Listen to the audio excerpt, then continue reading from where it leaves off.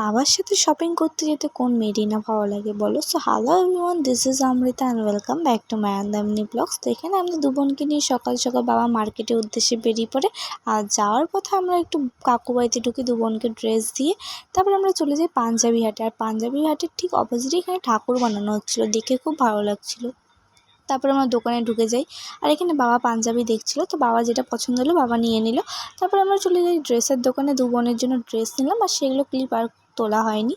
তো তারপরে গেছিলাম জুতোর দোকানে, আমার জুতো নেওয়া হয়ে গেছিলো, আমার বোনেরটা দেখা হচ্ছিলো। তো জুতো নিয়ে গেছে, তো দুর্গাপুজোর শপিং আমাদের ডান। তো তারপরে আমাদের বাবার একটু কাজ ছিল, বললো তো একবারে কাজ করে বাড়ি যাবে, তো ওখানে গেছিলাম। তো ওখানে একটু বোর লাগছিলো, বসেছিলাম। তারপর দেখলাম মৌসুমির জুস বিক্রি হচ্ছিলো, তো আমরা মৌসুমির জুস খেয়ে নিলাম ওখানেই। তারপরে একটু বসেছিলাম, তো বাবার কাজ হয়ে গেল, তারপর আমরা বাড়ি ফিরে এসেছি। ব্লগটা এতটুকু, যদি ভালো লাগে থাকে please do like, comments and subscribe to my channel. See you in the next blog, by.